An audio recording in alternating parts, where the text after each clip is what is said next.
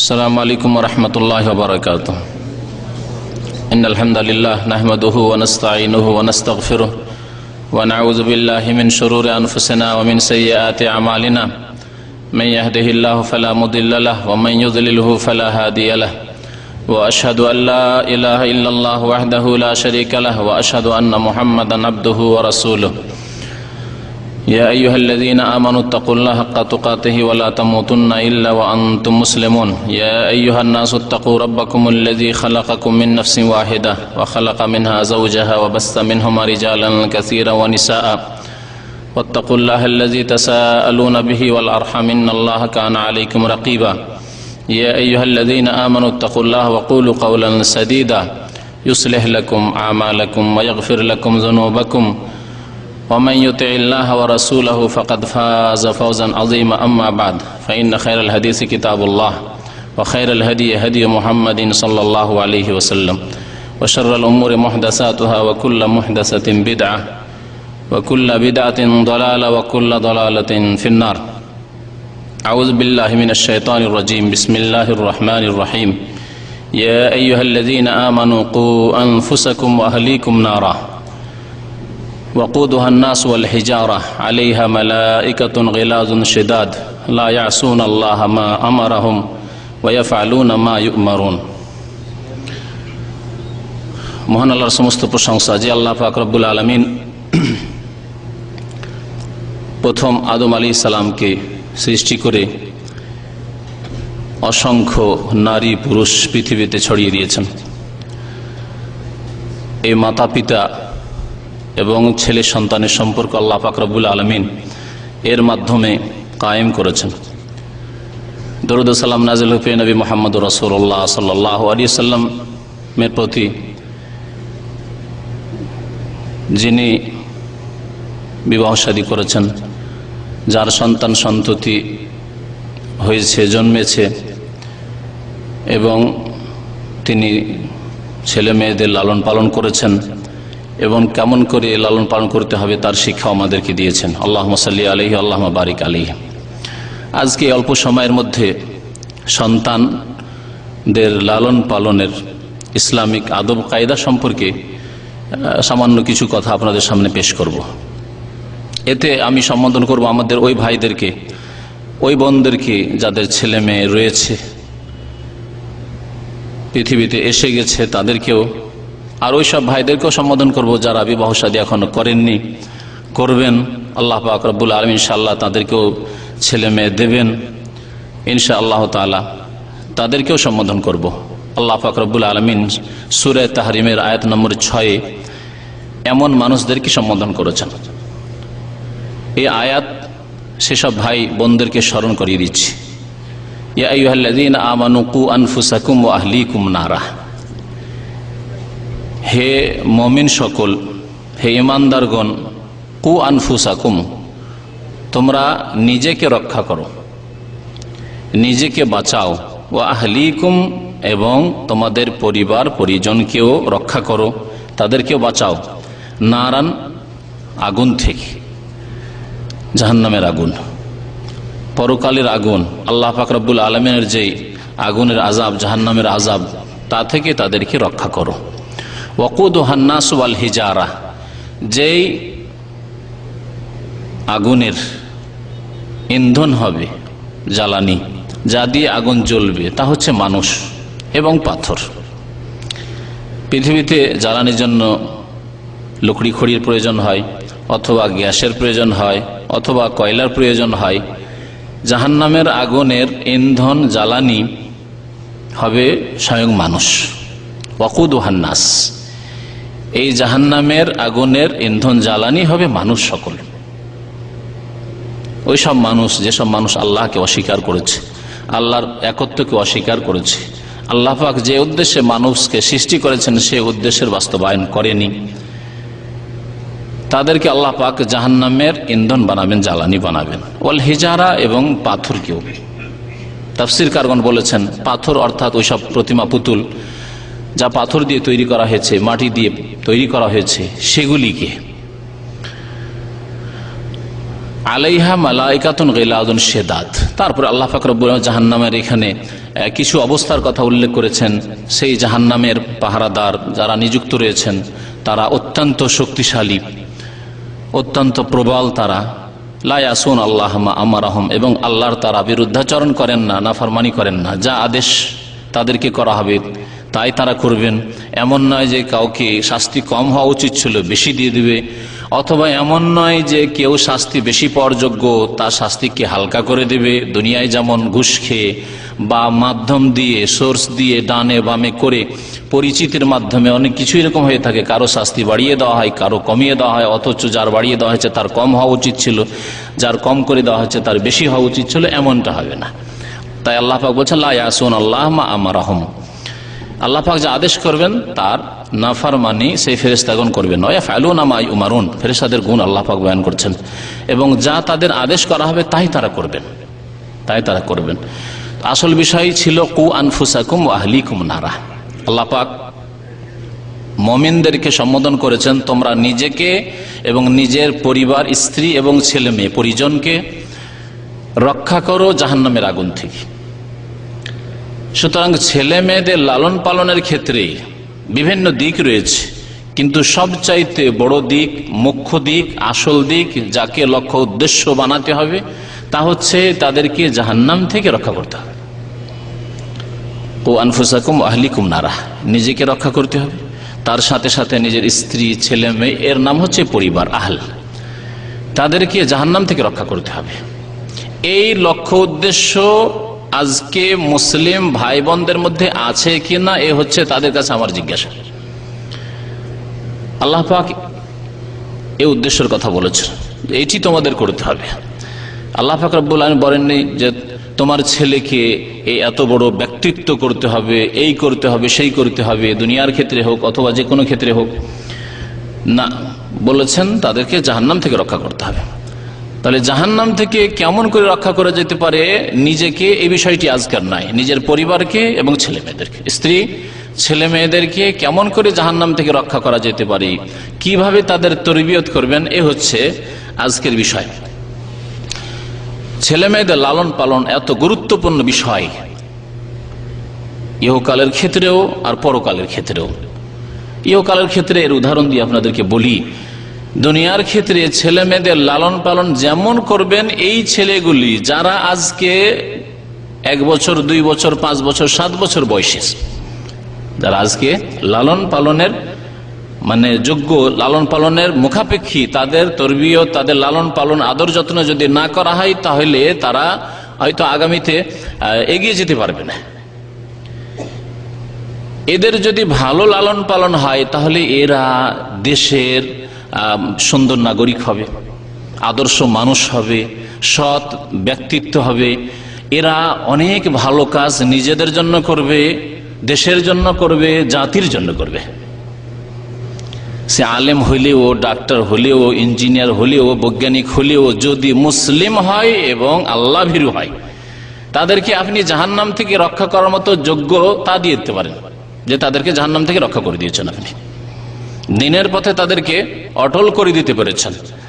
তাহলে এরা সৎ মানুষ হবে, সৎ পরিবার গড়ে তুলবে, সৎ গ্রাম, সৎ সমাজ গড়ে তুলবে, এবং দেশে শান্তি প্রতিষ্ঠা হবে, সারা বিশ্বে মুসলিম উম্মাহ শান্তি পাবে, এবং তাদের আল্লাহ পাক রব্বুল আলামিন এর বিনিময়ে নেতৃত্ব দেবেন, সৎ নেতৃত্ব। আজকে অসৎ নেতৃত্বে উম্মতে মুসলিমা পেরেশান রয়েছে। সৎ নেতৃত্ব কখন পাবে, সৎ ব্যক্তিদেরকে ওপরে কখন পাবে, যখন এই ছোট ছেলেদেরকে আজকে লালন পালন করে ওপরে পাঠাবে। কিন্তু তাদের যদি ইসলামী তরবিয়ত না হয়, কোরআন এবং হাদিসের আলোকে তাদের যদি লালন পালন না হয়, আল্লাহ পাক যে উদ্দেশ্যের কথা বলেছেন তাদেরকে জাহান্নাম থেকে রক্ষা করো, এই আয়াতের বাস্তবায়ন যদি না করেন, তাহলে এই ছেলেরা আজকে যাদের বয়স 2 বছর, 4 বছর, 5 বছর, 7 বছর, তারা আজকে থেকে 10, 15, 20 বছর পরে কেউ চোর হবে, কেউ ডাকাত হবে, কেউ সন্ত্রাসী হবে, কেউ ছিনতাইকারী হবে, কেউ জানি ব্যভিচারকারী হবে, কেউ মদখোর হবে, কেউ খুনি হবে, কত রকমের ফাসেক পাপিষ্ট লোকেরা তৈরি হবে, অপরাধী তৈরি হবে, যারা দেশকে ধ্বংস করবে, গ্রামকে ধ্বংস করবে, পরিবার ধ্বংস করবে, জাতিকে ধ্বংস করবে। এবং দুনিয়া এবং আখিরাতে নিজেরও বরবাদ করবে, অপরেরও ধ্বংস করবে। দেখুন পার্থিব লাভ দেখুন আপনি। তাহলে ছেলে মেয়েদের যদি ইসলামের আলোকে লালন পালন করেন তাহলে কেমন সৎ ছেলেরা তৈরি হবে দুনিয়ার ক্ষেত্রে। আর যদি ইসলামের আলোকে লালন পালন তাদের না করেন তাহলে কেমন অসৎ সমাজ সৃষ্টি হবে আর অসৎ নাগরিক হবে দেশের। চিন্তা করুন আপনি ভেবে। তারপরে আল্লাহ পাক রব্বুল আলামিন যে আদেশ দিয়েছেন সেই আদেশ যদি আপনি পালন করেন এবং সেই আদেশের বাস্তবায়ন করেন, সেইভাবে যদি ছেলে মেয়েদেরকে তৈরি করেন যেভাবে তৈরি করতে বলা হয়েছে, সেইভাবে যদি ক্ষেত্র তৈরি করেন আপনি ছেলে মেয়েদের যেই ক্ষেত্র তৈরি করতে বলা হয়েছে, তাহলে আল্লাহর আদেশ পালনের জন্য আল্লাহর সন্তুষ্টি আপনি হাসিল করবেন, আপনি জান্নাত হাসিল করবেন ইনশাআল্লাহ তাআলা। আর যদি তা না করেন, ভাববেন না যে আমার নামাজ দিয়ে আমি মুক্তি পেয়ে যাব, আমার রোজা যাকাত দিয়ে আমার ব্যক্তিগত জীবনের আমল দিয়ে আমি নাজাত পেয়ে যাব, না, কখনো না। কারণ দুটো দিক আছে মানুষের আমলের। একটি দিক হচ্ছে নিজের দায়িত্ব ব্যক্তি জীবন ইবাদত বন্দেগীর ক্ষেত্রে, আপনি নামাজ রোজা হজ যাকাত যেগুলি রয়েছে, বোনদের ক্ষেত্রে বলছে, মহিলাদের ক্ষেত্রে বলছি যে তারা পর্দা ঠিক করলো, কিন্তু ছেলে মেয়েদের হক অন্যের হক, ছেলে মেয়েদের হক নষ্ট করলো, তাদেরকে সৎ ছেলে তৈরি করলো না, নেক আল্লাহ ভীরু মেয়ে তৈরি করলো না, পর্দানাসীন মেয়ে তৈরি করলো না, বেহায়া বেপর্দা মেয়ে তৈরি করলো, অসৎ ছেলে তৈরি করলো, বেনামাজি ছেলে তৈরি করলো। তাহলে বান্দার হকের ক্ষেত্রে ওই ছেলে মেয়েরা আল্লাহ পাকের বান্দা, তাদের হকের ক্ষেত্রে অধিকারের ক্ষেত্রে আল্লাহ পাকের নাফরমানি করলো, যার ফলে তারাও নাজাত পেতে, ওই বাবা মায়েরাও মুক্তি পেতে আল্লাহর কাছে বাধা প্রাপ্ত হয়ে যাবে। অর্থাৎ নামাজ রোজা হজ যাকাত দিয়ে শুধু রেহাই পাবে না, যদি ছেলে মেয়েদের ক্ষেত্রে আল্লাহ পাক যে দায়িত্ব দিয়েছেন কু আনফুসাকুম আহলিকুম নারা, সেই দায়িত্ব যদি না পালন করা হয়, চিন্তা করতে পেরেছেন তাহলে। তারপর এই ছেলে মেয়েরা জাহান্নামের পথে চলে যাবে। অনেক ভালো মানুষ আজকাল আছেন এই দিক দিয়ে ভালো, মানে এমন ভালো মানুষ নয়, কিন্তু ভালো মানুষ মানে বাহ্যিক ভালো মানুষ, বাড়ি আছে, বাহ্যিক ভালো মানুষ নামাজ পড়ে, ভালো মানুষ নামাজ রোজা করে, ভালো আমল করে, মহিলারা আছে নিজে পর্দা করে, বয়স হয়ে গেছে 50-60 তারপরে পর্দা করে, কিন্তু মেয়েদের পর্দার কোনো শিক্ষা দেয়নি, ছেলেদের নামাজ মোটেই শিক্ষা দেয়নি। তাহলে বলুন আপনি মরে যাবেন এই দায়িত্বহীনতার সাথে, অবহেলা করে আল্লাহর কাছে কাল কিয়ামতে জবাবদেহি করতে হবে। দু একটি হাদিস এই মর্মে উল্লেখ করব আমি আপনাদের সামনে। আর এই ছেলে মেয়েগুলি জাহান্নামের ইন্ধন হবে, ওয়াকুদুহান নাস ওয়াল হিজারা। এই ছেলে মেয়েগুলি যেগুলিকে বেনামাজি তৈরি করে গেলেন, নাস্তিক তৈরি করলেন, ধর্ম নিরপেক্ষ তৈরি করলেন, বেদিন তৈরি করলেন, বিধর্মী তৈরি করলেন, এদেরকে আপনি ফাসেক লম্পট করে রেখে দিলেন, এরা দিন সম্পর্কে কোনোদিন শিখলো না, আর আমল করতে হবে এর ভ্রুক্ষেপ করলো না, তাহলে তারা জাহান্নামের ইন্ধন হবে। আপনার তো যা হবে হবে, কিন্তু এই ছেলে মেয়েগুলিকে আপনি জাহান্নামের দিকে ঠেলে দিলেন। দুনিয়ার ক্ষেত্রে আপনাদেরকে জিজ্ঞাসা করি, আপনার ছেলে দুটি দিক রয়েছে, আপনার ছেলে মেয়েদের দুটি দিক রয়েছে। একটি দিক হচ্ছে তাদেরকে ভালো খাবার দেওয়া, দিনে 3 বার 5 বার যা লাগে খাবার দিচ্ছেন আপনি, ভালো পোশাক দেওয়া, ভালো ঘুমাবার জায়গা আরামের জায়গা দেওয়া, ভালো চিকিৎসা দেওয়া, ভালো লেখাপড়া দেওয়া, এটি একটি দিক। আর একটি দিক হচ্ছে তাদের সার্বিক অনিষ্ট থেকে রক্ষা করা, হেফাজতে রাখা, তাদেরকে বিপদ আপদ থেকে রক্ষা করা। আপনার সামনে দুটো বিষয় যদি আসে, একটা জিনিস হচ্ছে যে দিনে আমাদের ছেলে মেয়েদেরকে 5 বার খেতে দিতে হবে, তাদের যদি 3 বার হয়ে যায়, 2 বারও হয়ে যায়, সেই ছেলে মরে যাবে না। হ্যাঁ, কাপড় 3টি প্রয়োজন, 4টি প্রয়োজন না, যদি 1টি 2টিও হয়ে যায় তাহলে ছেলে মেয়েগুলি মরে যাবে না। পক্ষান্তরে ছেলে মেয়ে যদি আগুনে ঝাঁপ দিয়ে দেয়, আপনার ছেলে অথবা মেয়ে আগুনে ঝাঁপ দিয়ে দিচ্ছে, অথবা পানিতে ডুবছে, সাঁতার জানে না, পানিতে ডুবছে, নদীতে পুকুরে ডুবছে, আপনার কাছে কোন বিষয়ের গুরুত্ব বেশি দুনিয়ার ক্ষেত্রে? আপনার ছেলে মেয়েদের খাবার দিতে হবে, বাড়িতে আরো 2-4-5টা ছেলে আছে তাদের খাবার দিতে হবে, এই বিষয়টির গুরুত্ব বেশি না ওই ছেলে ডুবে যাচ্ছে, হ্যাঁ, ওই মেয়ে ঘরে আগুন লেগে গেছে, শেষ হয়ে যাবে, এখনই জ্বলে শেষ হয়ে যাবে, তাদের রক্ষা করা বেশি জরুরি? কোনটি বেশি জরুরি? হ্যাঁ, তাদের জীবন রক্ষা করা, জান রক্ষা করা, তাদের হেফাজত করা, তাদের অনিষ্ট থেকে বিপদ আপদ থেকে রক্ষা করা বেশি জরুরি। তার জন্য আপনি যে কোনো রকমের চেষ্টায় কোন রকমের অবহেলা করবেন না। আপনি যত রকমের মেহনত, পরিশ্রম, প্রয়াস চালানো সম্ভব, তা আপনি অবশ্যই করবেন। এই ক্ষেত্রে দুনিয়ার ক্ষেত্রে আমাদের মাপকাঠি এইরকম, চিন্তাধারা এইরকম যে আরে ছেলে মেয়েকে যদি 5 বার নাও খেতে দিতে পারে, 3 বার 2 বারও পারি চলবে, কিন্তু ছেলে মেয়ে আমার মরে যাবে, ধ্বংস হয়ে যাবে, হতাহত হবে, হাত পা ভেঙে যাবে, এমন কিছু হবে না, অসম্ভব কথা, এটা হয়তো কোনোদিন দেব না। তাহলে জাহান্নামের আগুনের দিকে ঠেলে দিচ্ছেন আপনি। ছেলে মেয়েগুলিকে ভালো করে 7 বার দিনে খাওয়ালেন, আর ভালো স্কুলে পড়ালেন, কত যে ড্রেস রয়েছে, আপনি বলতে পারবেন যে আমার ছেলে মেয়ের কজোড়া করে লেবাস পোশাক আছে, আজকালকার জামানায় বলতে পারবেন না আপনি। একটা যুগ ছিল আমাদের যুগে, বাবা মা বলতে পারতো আমার ছেলের 2টো লুঙ্গি আছে, বা 2টো জামা আছে, 2টো পায়জামা আছে, বা 1টা আছে, বলতে পারতো। এর বেশি হয়তো ছিল না, থাকলেও বলতে পারতো 2টো নাই 3টি আছে। কিন্তু আজকাল নিজের ছেলে মেয়েদের সম্পর্কে কেউ বলতে পারবেন না, আমি মনে করি। দুনিয়ার ক্ষেত্রে কত তাদের হেফাজত করছেন, কিন্তু জাহান্নামের আগুন থেকে বাঁচাবার জন্য না কোন রকমের মেহনত নেই অধিকাংশ মানুষের কোন রকমের মেহনত নেই। তাদের নামাজ যদি না পড়াই, সাবালক হয়ে গেছে, তাহলে তারা জাহান্নামে যাবে। তাহলে কি করে আপনি আগুন থেকে আপনি তাদের হেফাজত করলেন? দুনিয়ার আগুন থেকে হেফাজতের জন্য বলে দিলেন যে না না, অবশ্যই যতটা শক্তি আমি দুনিয়ার আগুন থেকে বাঁচাবো, দুনিয়ার ডুবা থেকে বাঁচাবো, কিন্তু জাহান্নামের আগুনে যে ডুবে যাবে, আল্লাহ আযাবে ডুবে যাবে, তা থেকে রক্ষা করলেন কোথায় রক্ষা করলেন? তাহলে আখিরাতের ক্ষেত্রে আমাদের চোখের সামনে শয়তান পর্দা ফেলে দিয়েছে, কুপ্রবৃত্তির পর্দা পড়ে গেছে, যেই পর্দার কারণে আখিরাতের আগুনের কথা বলা হচ্ছে যে তুমি নিজেকে রক্ষা করো, নিজের স্ত্রীকে রক্ষা করো জাহান্নামের আগুন থেকে, নিজের ছেলে মেয়েদের রক্ষা করো জাহান্নামের আগুন থেকে। আর তার জন্য প্রথম তাকে তৌহিদবাদী মুসলিম হইতে হবে, তৌহিদবাদী হইতে হবে, আল্লাহ বিশ্বাসী হইতে হবে।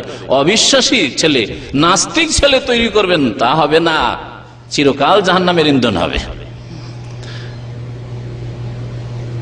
মুশরিক তৈরি করলেন, কবর পূজারী তৈরি করলেন, পত্তলিক তৈরি করলেন, তাহলে হবে না, চিরকালে জাহান্নামের ইন্ধন হবে না। ছেলে তো বড় করলেন, ডাক্তার ইঞ্জিনিয়ার করলেন, আপনি শিক্ষিত করলেন দুনিয়ার ক্ষেত্রে, কিন্তু বেনামাজি তৈরি করলেন, পাপিষ্ঠ তৈরি করলেন, অপরাধী তৈরি করলেন, সুদ খায়, ঘুষ খায়, চাকরি টাকা পয়সা এনে দিলেই হলো আমার ছেলে মেয়ে। বড় অনেক বাবা আছে যাদের অনেককে চিনি আমি, যে ছেলে যাতে করে ঘুষও এনে দেয় সেটাও দাবি করে, যে তুমি বেতন তো পেলে, ঘুষ কতটা পেলে সেটাও দাও, ঘুষটাও দাও। একজন ছেলে ওইরকম আমাকে সরাসরি এক অফিসার বলছে যে আব্বাকে বেতন যখন নিয়ে গিয়ে দিলাম, বলছে যে তুমি ঘুষ, কারণ ঘুষের চাকরি, অফিসারি চাকরি, এমন ডিপার্টমেন্টের চাকরি, কমার্শিয়াল চাকরি যাতে ঘুষ রয়েছে। বলছে ঘুষের টাকা কোথায়? বাবা বলছে ছেলেকে ঘুষের টাকা কোথায়, ওটা এনে দাও। আপনি একটুও চিন্তা করলেন না যে আপনার ছেলেকে আপনি জাহান্নামের দিকে ধাক্কা দিয়ে নিজেই ঠেলে দিয়ে। কু আনফুসাকুম ওয়া আহলিকুম নারা, নিজেকে, নিজের পরিবার পরিজনকে, ছেলে মেয়ে, সন্তান সন্ততিকে জাহান্নামের আগুন থেকে বাঁচাও। ছেলে মেয়েদের ক্ষেত্রে যদি অবহেলা করি আমরা, যে কেউ হই না কেন, তাহলে তার পরিণাম কি হবে? নবী করিম সাল্লাল্লাহু আলাইহি ওয়াসাল্লামের হাদিস শুনেন। মাকিল রাদিয়াল্লাহু তাআলা, মাকিল বিন ইয়াসার আল মুজানি রাদিয়াল্লাহু তাআলা বর্ণনা করেছেন রাসূলুল্লাহ সাল্লাল্লাহু আলাইহি ওয়াসাল্লাম থেকে একটি হাদিস, আর সেই হাদিসটি তার মৃত্যুর কয়েকদিন আগে মাত্র বর্ণনা করছেন। কারণ হাদিসটিতে যারা শাসক বলতে আমরা শুধু বুঝি শাসক মানে রাষ্ট্রপতি, প্রধানমন্ত্রী, হ্যাঁ তাই না, যারা অ্যাডমিনিস্ট্রেশনে আছে ওইরকম সরকারে, তাদেরকে শাসক মনে করি না। আপনি বাড়ির শাসক, আপনি যে বাবা ছেলে মেয়েদের, আপনি বাড়ির শাসক, আপনার স্ত্রী ছেলে মেয়েদের দায়িত্বশীল, তাকে জবাবদিহি করতে হবে তাদের সম্পর্কে। তাহলে আপনাদেরকে আল্লাহ পাক শাসন ক্ষমতা দিয়েছেন আপনাদের বাড়িতে, নিজ নিজ বাড়িতে প্রত্যেক আল্লাহ পাক রব্বুল আলামিন শাসন ক্ষমতা দিয়েছেন। আপনি একটা ডিপার্টমেন্টের মালিক, ছোট্ট একটা ডিপার্টমেন্ট মালিক, সেখানে আপনি শাসক। এই হাদিস সেই জুলম অত্যাচারী জামানায় বানু উমাইয়ার তিনি আগে বর্ণনা করার অতটা সাহস করেননি খোলাখুলি, কিন্তু রাসূলুল্লাহ সাল্লাল্লাহু আলাইহি ওয়াসাল্লামের দেওয়া ইলম জ্ঞানকে লুকিয়ে রাখলে কঠোর শাস্তির কথা আল্লাহ কোরআন এখানে বলেছেন। সুতরাং তিনি বলছেন যে আর হয়তো বেশি দিন বাঁচবো না, যদি আমি জানতাম যে আর বেশি দিন বাঁচবো তাহলে এখন হয়তো বয়ান করতাম না, তবে তোমাদেরকে বয়ান করছি। লাউ আলিমতু আন্নালি হায়াতান মা হাদাসতুকা, আমি যদি জানতাম যে আরো বেশ কিছুদিন বেঁচে থাকবো, তাহলে এই হাদিস, ঝুঁকিপূর্ণ হাদিস বয়ান করতাম না, যে হাদিসের কথা শাসকরা শুনলে আমাকে হয়তো বিনা পানিতে গিলে খেয়ে দেবে, জালিম শাসকরা।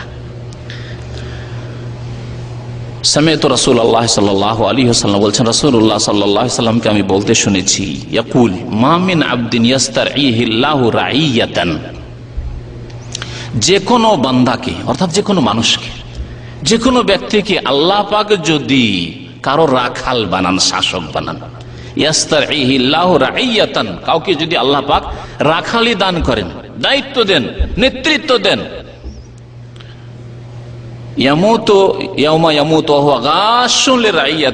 আর সেই ব্যক্তির মরণ হলো এমন অবস্থায় যে সেই ব্যক্তি তার যে অধীনস্থ ব্যক্তিরা রয়েছে, তার দেশের জনসাধারণ রয়েছে, তার অধীনে যেসব লোকের রয়েছে, তাদের ক্ষেত্রে সে খেয়ানত করলো, সেই ব্যক্তি খেয়ানত করলো, যেই দায়িত্ব পালন করা উচিত ছিল সেই দায়িত্ব পালন না করে হচ্ছে খেয়ানত। খেয়ানত মানে শুধু কারো টাকা পয়সা নয়, কারো টাকা পয়সা বেইমানি করার নাম হয়তো আমাদের দেশের সমাজে সীমিত অর্থে খেয়ানত।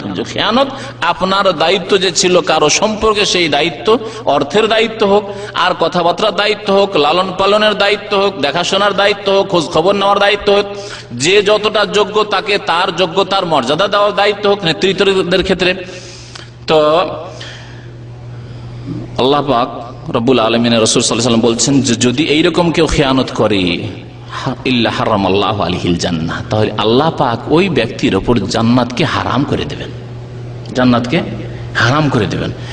এখন বাবা মা যে বাড়ির শাসক, এই ক্ষেত্রে এই হাদিস ফিট করেন। আমরা দূরে না গিয়ে, রাষ্ট্রীয় ক্ষমতার ক্ষেত্রে না গিয়ে, অন্যান্য ক্ষেত্রে কোনো কোম্পানি বা প্রতিষ্ঠানের ক্ষেত্রে, ব্যবসায় প্রতিষ্ঠানের ক্ষেত্রে না গিয়ে আমরা আসি বাড়ির ক্ষেত্রে। আল্লাহ পাক নেতৃত্ব দিয়েছেন বাড়িতে, আপনাকে বাবা বানিয়েছেন, আপনার স্ত্রী ছেলে মেয়েদের মা হয়েছে, আর যদি খেয়ানত করে মরে যান ছেলে মেয়েদের ক্ষেত্রে, মরলেন খেয়ানত করে, উলামায়ে কেরামের এই হাদিসের যদি আজকে ব্যাখ্যা করি তো আজকে আর 1 ঘন্টা বলার প্রয়োজন হবে, এক একটি করে যে খেয়ানতগুলি বাড়িতে হচ্ছে। আমার ইচ্ছা, এই হাদিসটি যখন নোট করলাম তখন আমার ইচ্ছা হলো যে এই হাদিসের উপর আরেকদিন বিস্তারিত বক্তব্যের প্রয়োজন রয়েছে। এই খেয়ানতের একটি খেয়ানত হচ্ছে তাদেরকে তৌহিদ, আল্লাহর একত্বের শিক্ষা দিলেন না, তাদেরকে নামাজের শিক্ষা দিলেন না, তাদেরকে রোজা রাখতে আদেশ করা তো দূরের কথা, না না না, এখন ছাত্র জীবনে আছো, এখন পড়াশোনার চাপ আছে, রোজা রাখলে দুর্বল হয়ে পড়বে। ছেলে মেয়েদের রোজা রাখতে দেয় না আজকাল অধিকাংশ মানুষ, বাধা দেয়। সাবালক ছেলে, 18 বছর 20 বছরের ছেলে, 16 বছরের ছেলে, তাদেরকে রোজা রাখতে দেয় না, মেয়েদেরকে রোজা রাখতে দেয় না, না কমজোর হয়ে যাবে, পড়াশোনার উপরে তার কুপ্রভাব পড়বে, আউযুবিল্লাহ। তারপরে আজকালকার জামানায়, এই যান্ত্রিক সভ্যতার পাপের জামানায়, বাড়িতে ফিল্ম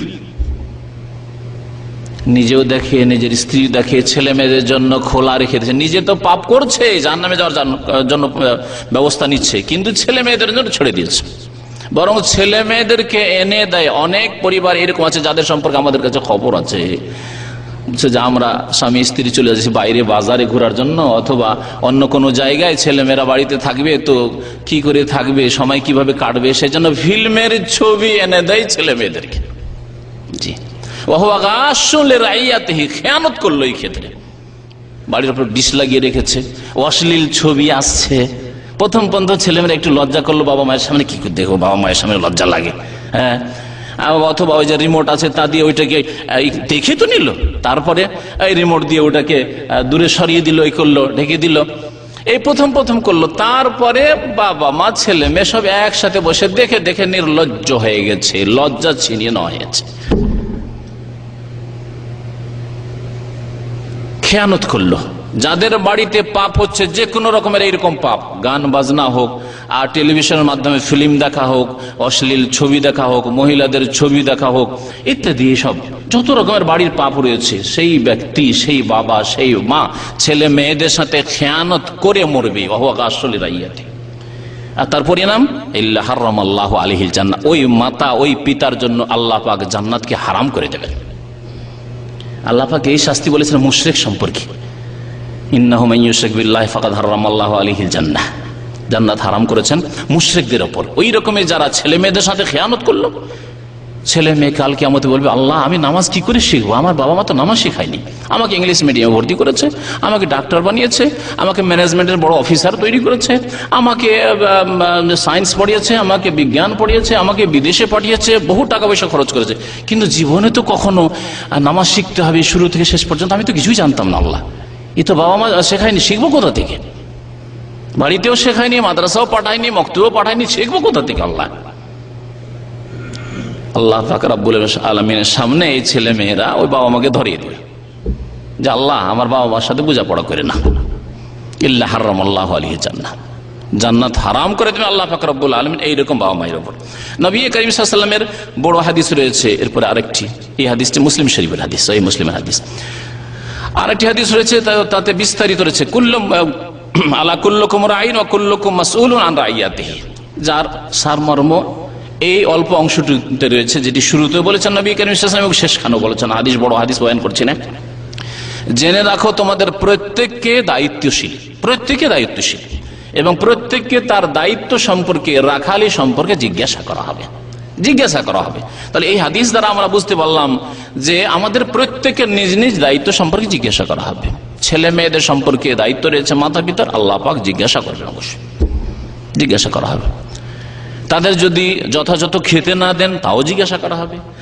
যে কাপড় চোপড় লাগবে এবং আবার আপনার মধ্যে দেওয়ার যোগ্যতা রয়েছে তা যদি না দেন তারও জবাবদিহি করতে হবে। এমনকি স্তন্য দান করতে হবে ছোট শিশুদেরকে, তা যদি আপনি যথাযথ না দেন তার জবাবদিহি করতে হবে। আজকাল এই প্রসঙ্গে মনে পড়ে গেল এই কথা বলতে গিয়ে, অনেক মহিলাদের সম্পর্কে এই খবর পাই আজকাল যারা একটু পড়ে শুনে বেশি উন্নত হয়ে গেছে দুনিয়ার ক্ষেত্রে, বাচ্চা জন্ম দিয়ে দেওয়ার পরে ফিডার ধরিয়ে দেয়, অথচ স্তন্য দান করতে পারবে, মায়ের দুধ হচ্ছে, তারপর দুধ দেয় না।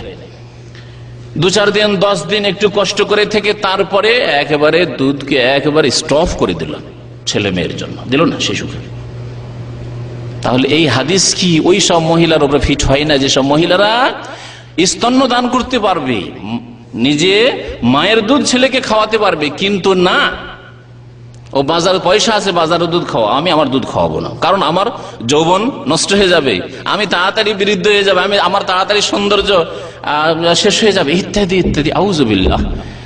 চিন্তা করে না যে কালকে আমাদের জবাবদিহি করতে হবে। অকুল্লুকুম মাসউলুন আন রাইয়াতি, প্রত্যেকে তার দায়িত্ব সম্পর্কে জিজ্ঞাসা করা হবে। তোমার দায়িত্ব ছিল 2 বছর কমপক্ষে দুধ দেওয়া।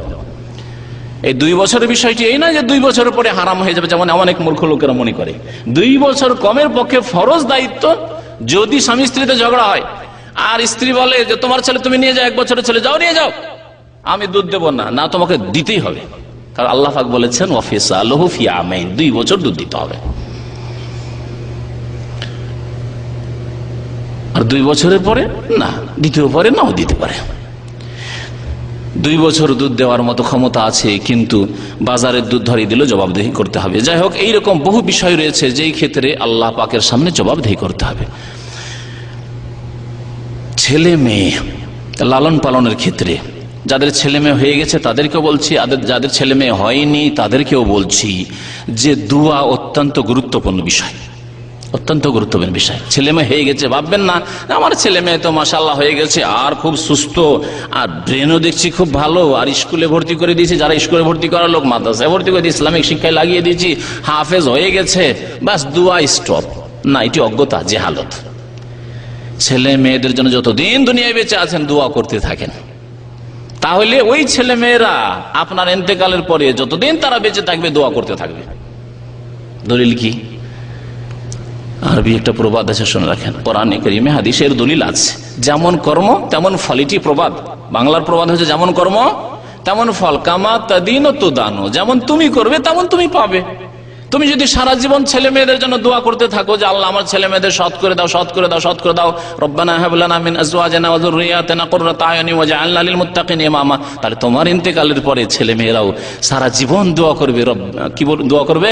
রব্বির হামহুমা কামা রব্বায়ানি সগীর, রব্বির হামহুমা কামা রব্বায়ানি সগীর, আল্লাহুম্মা গফিরলি ওয়া লিওয়ালিদাইয়া, আল্লাহ আমাকে মাফ করে দাও, আমার বাবা মাকে মাফ করে দাও।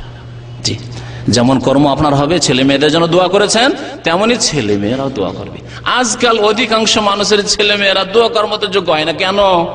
কারণ বিয়ে করেছে ওই যে পার্থিব উদ্দেশ্য আছে বিয়ের, সম্ভোগ, ব্যাস ওই উদ্দেশ্যে যৌবন এসেছে, সম্ভোগের প্রয়োজন, বিয়ে করেছে।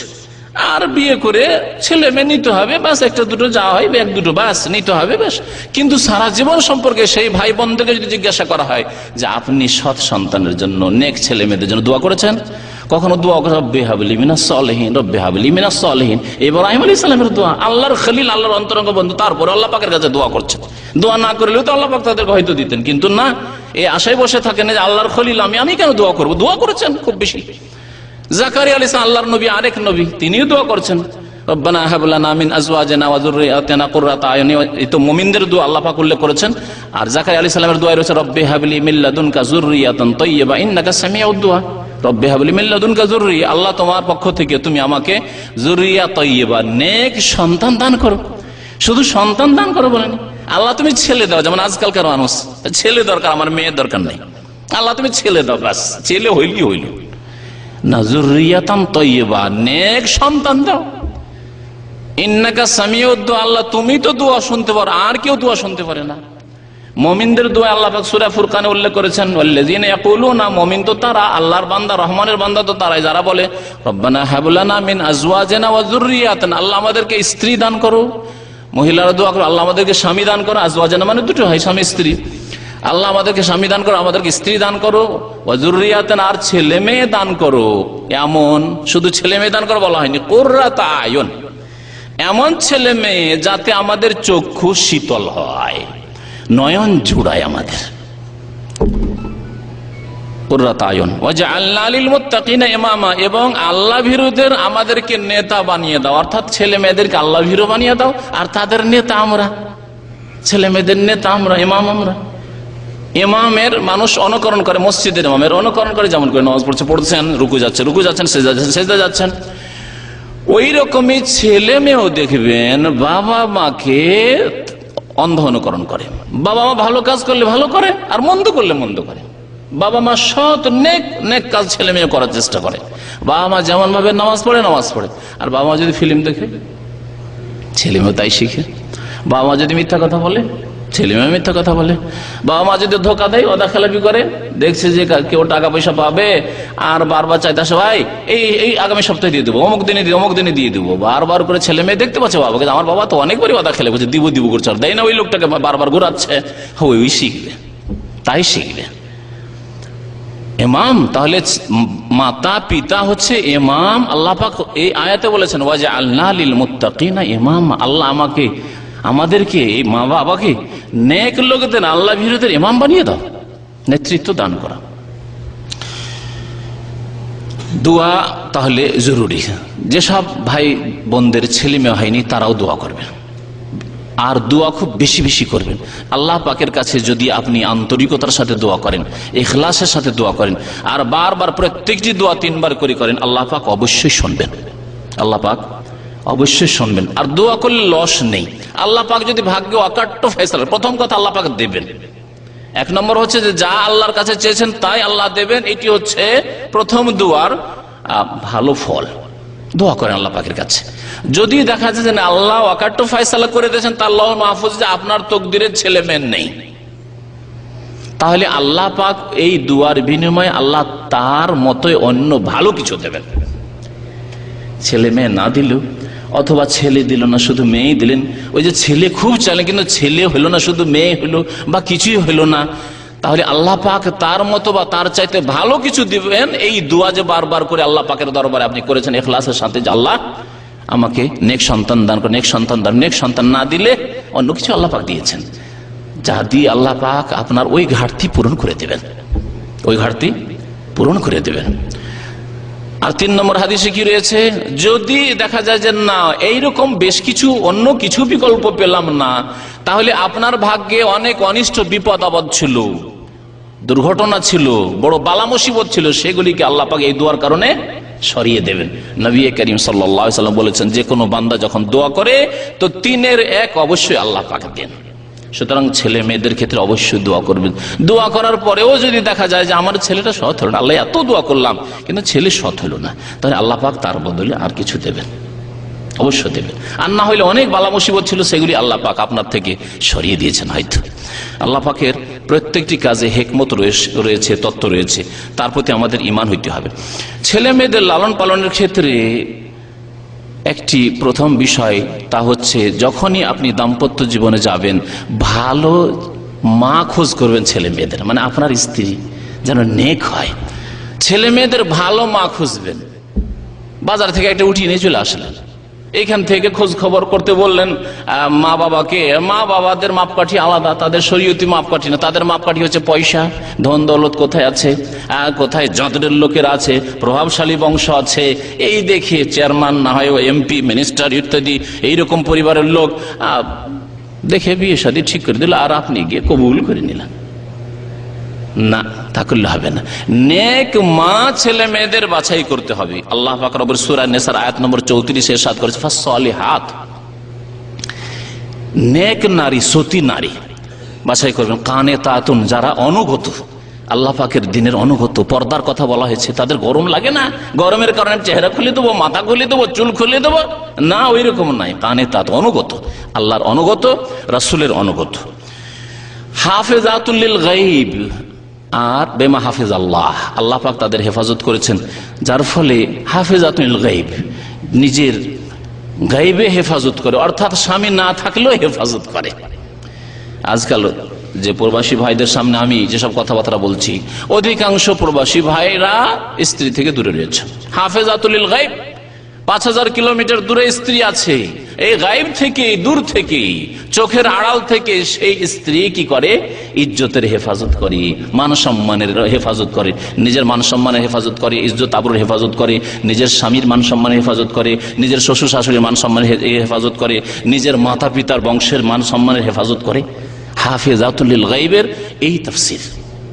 তাহলে এইরকম মহিলা দেখে বিয়ে করতে হবে, এইরকম যুবতী দেখে বিয়ে করতে হবে। এমন নয় যে না, পর্দায় কিছু নেই, বরং ও পর্দা করতে চায় না, এখনো সে মাস্টার ডিগ্রি করবে আর সহশিক্ষা একসাথে যুবকদের সাথে পড়াশোনা করবে, এখনো যুবকদের সাথে তার টেলিফোন যোগাযোগ আছে, আর বিয়ে করে ফেললেন আপনি। না,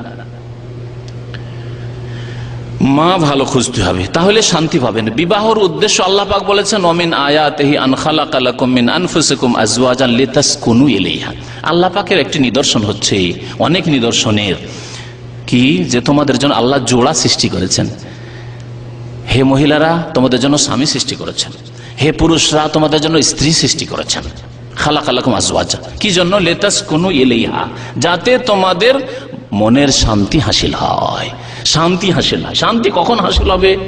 যদি আপনি অবস্থায় থাকেন যে আরে আমার স্ত্রীর কত যে টেলিফোন কাকে করে, আর যখন তখন বাড়ি থেকে চলে যায় যেখানে সেখানে, নিজে একাই বাজার ঘুরে, একাই সফর করে, ঢাকা থেকে দিনাজপুর, ঢাকা থেকে চিটাগাং, ঢাকা থেকে খুলনা, এইরকম যদি অবস্থা হয়, আমার মায়ের কথাও শোনে না, ওর মা বাবার কথাও শোনে না, বা ওর মা বাবাও সেই ইসলামিক তরবিয়ত দেয়নি, এইরকম পরিবারে যদি বিয়ে করেন, তাহলে লিতাসকুন ইলাইহা হবে, শান্তি হবে, ঘুম আসবে না? সবসময় পেরেশান থাকবে, পেরেশান থাকবে, পেটে খেয়েও শান্তি নেই, ভালো ভালো পরেও শান্তি নেই, অশান্তি আর অশান্তি। লিতাসকুনু ইলাইহা আল্লাহ পাক উদ্দেশ্য বলেছেন। নবী করিম সাল্লাল্লাহু আলাইহি ওয়াসাল্লাম এই জন্য বলেছেন যে লোকজন বিয়ে করে 4টি গুণ দেখে, কিন্তু তোমাকে 4টি গুণ সবসময় পাওয়া যাবে না, বরং অধিকাংশ সময় পাওয়া যাবে না। 4টি আঙ্গুল সমান সমান আল্লাহ পাক করেননি, সুতরাং 4টি গুণ সমান সমান একটি মহিলার মধ্যে খুঁজবেন, একটি মেয়ের মধ্যে খুঁজবেন, পাবেন না আপনি। তুনকাহুল মারআতু লিআরবাঈন, 4টি জিনিস দেখে বিয়ে করে মানুষ। লেমা লেহা, ধন সম্পদ দেখে, যে আমার শ্বশুর শাশুড়ির কেমন ধন সম্পদ আছে, জমি জায়গা কেমন পাবো, কেমন মানে ওইরকম প্রভাবশালী। ওলে হাসা বিহা, বংশ দেখে। আর ওলে জামালেহা, সৌন্দর্য দেখে, সৌন্দর্য দেখে যে কেমন সুন্দরী। ফাজফার বিজাতিদ দ্বীন, তুমি কি করো? এই 3টি তো মানুষ দেখে, তুমি দিন দেখো, এবং দিনদার নারীকে নিয়ে তুমি সফল হয়ে যাও, কামিয়াব হয়ে যাও। তাহলে পয়সাওয়ালা শ্বশুর পেলে কামিয়াব নয়, প্রভাবশালী বংশ পেলে কামিয়াব নয় যে আমি এমপির বাড়িতে বিয়ে করতে পেরেছি, আমি মন্ত্রীর বাড়িতে বিয়ে করতে পেরেছি, কামিয়াব না। চেয়ারম্যানের বাড়িতে বিয়ে করতে পেরেছি না, কামিয়াব নয়। কামিয়াব নয় যে আমার সুন্দরী রমণী পেয়েছি, আমি এইরকম সুন্দরী মেয়ে আমি কখনো দেখিনি, কামিয়াব নয়। ফাজফার বিজাতিদ দ্বীন, দিনদার মেয়েকে বিবাহ করে তুমি কামিয়াব হয়ে যাও। তারিবাত ইয়াদাক। আর যদি এইরকম না করো তাহলে তোমার হাত মাটিতে মিশে যাক, মানে তোমার সর্বনাশ। তুমি দিনদার মেয়েকে ছেড়ে দিয়ে বেনামাজি মেয়ে বিয়ে করলে, পর্দানাসীন মেয়েকে ছেড়ে দিয়ে বেপর্দাকে বিয়ে করলে, ভালো মুসলিম পরিবার, ইসলামিক পরিবার, বাড়িতে নামাজ আছে এইরকম পরিবারের কথা বলা হলো না, ওখানে গেলে টাকা পয়সা পাবো না, যৌতুক পাবো না, ছেড়ে দিয়ে তুমি যৌতুকের দিকে ছুটলে তারিবাত ইয়াদাক, তোমার সর্বনাশ হোক। নবী করিম সাল্লাল্লাহু আলাইহি ওয়াসাল্লাম বলেছেন সর্বনাশ হোক তোমার। এইরকমই নবী করিম সাল্লাল্লাহু আলাইহি ওয়াসাল্লাম বলেছেন দুনিয়ার সমস্ত বিষয় বস্তু হচ্ছে ক্ষণিকের ভোগের বস্তু। আর দুনিয়া কুল্লুহা মাতা, নবী করিম সাল্লাল্লাহু আলাইহি ওয়াসাল্লাম ইরশাদ করেছেন আর দুনিয়া কুল্লুহা মাতা, দুনিয়া হচ্ছে সবই ভোগের বস্তু। আর কেমন ভোগ? চিরকালের ভোগের না। মাতাওয়ান মানে ক্ষণিকের ভোগের বস্তু, কিছুক্ষণের জন্য। আপনার বয়স কিছুক্ষণের জন্য, আমার বয়স কিছুক্ষণের জন্য, এই যৌবন কিছুক্ষণের জন্য, স্ত্রী কিছুক্ষণের জন্য, ছেলে মেয়েদের কিছুদিনের জন্য, ধন সম্পদ কিছুদিনের জন্য। আপনি চলে যাবেন, না হয় তারাই চলে যাবে আগে। আর দুনিয়া কুল্লুহা মাতা, দুনিয়ার সবকিছু হচ্ছে টেম্পোরারি, টেম্পোরারি সামান, ক্ষণিকের ভোগের বস্তু। ওয়া খায়রু মাতাইদ দুনিয়া আল মারআতুস সালিহা, সবচাইতে শ্রেষ্ঠ দুনিয়ার ভোগের বস্তু, পৃথিবীর ভোগের বস্তু হচ্ছে, শুধু বলা হয়নি স্ত্রী, আর বলা হয়নি আল মারআতুল জামিলা, সুন্দরী রমণী যদি পেয়ে যাওয়া একেবারে, এমনও বলা হয়নি। কি বলা হয়েছে? আল মারআ আস সালিহা, নেক স্ত্রী। নেক স্ত্রী যদি থাকে, আর যদি একাও কোথায় থাকে, আর পাপের সব রকমের সুযোগ থাকে, তবুও তার দ্বারা ইনশাআল্লাহ তাআলা পাপ হবে না, গুনাহ হবে না। ওই রকমের নেক স্বামী যদি থাকে, তাহলে কোনোদিন সেই স্ত্রীর ক্ষেত্রে খেয়ানত করবে না, জুলম অত্যাচার করবে না, বাড়াবাড়ি করবে না, সীমা লঙ্ঘন করবে না। কখনো ভুল হয়ে গেলে নিজে অনুতপ্ত, লজ্জিত হবে এবং তার ঘাটতি পূরণ করে দেবে, যে আমি একটা শক্ত কথা বলে দিয়েছি আমার স্ত্রীকে, অন্যায় করে দিয়েছি, সুতরাং এর ঘাটতি পূরণের জন্য কিছু তাকে বকশিশ দিয়ে দিই, খুশি করে দিই কিছু দিক দিয়ে, এইরকম অবশ্যই করবে। তাহলে স্ত্রী ছেলে মেয়েদের মা, এই যে মা ভালো হইতে হয়, মা যদি ভালো না হয় তাহলে ছেলে মেয়েও ভালো হবে না। নবী করিম সাল্লাল্লাহু আলাইহি ওয়াসাল্লাম বলেছেন খবরদার তোমরা ইয়াকুম ওয়া খাজারাইদ দামিন, সাবধান তোমরা এমন জমি খরিদ করবে না যেই জমি দেখতে তো সবুজ হয়ে আছে কিন্তু পায়খানা ভরা আছে, গোবর ভরা আছে, পায়খানা ময়লা আবর্জনা জমিতে ভরা আছে, জমিতে নামতে যদি পায়খানা লাগে কিন্তু দেখতে খুব সবুজ সবুজ হয়ে আছে ঘাস, এমন জমি খরিদ করি। অর্থাৎ এমন মহিলা বিবাহ করে নিয়ে আসিও না, দেখতে তো খুবই সুন্দরী আর বংশও খুব সুন্দর কিন্তু একেবারে নিকৃষ্ট, না নামাজ আছে, না দিন আছে, না আল্লাহর ভয় আছে, না পর্দা আছে। খবরদার বেঁচে থাকে এরকম স্ত্রী থেকে। তারপরে ছেলে মেয়েদের লালন পালনের ক্ষেত্রে খেয়াল রাখতে হবে যে ছেলে মেয়েদের বা প্রত্যেক ব্যক্তির বেঁচে থাকার অধিকার রয়েছে, প্রত্যেক ব্যক্তির বেঁচে থাকার অধিকার রয়েছে। আপনার যেমন বাবা হিসাবে বেঁচে থাকার অধিকার রয়েছে, আপনার স্ত্রী যেমন মা হওয়ার ক্ষেত্রে বেঁচে থাকার অধিকার রয়েছে, প্রত্যেক মানুষের বেঁচে থাকার অধিকার রয়েছে, ঠিক তেমনি ছেলে মেয়েদের শিশুদের বেঁচে থাকার অধিকার রয়েছে। এই অধিকারকে খর্ব করবেন না, খবরদার।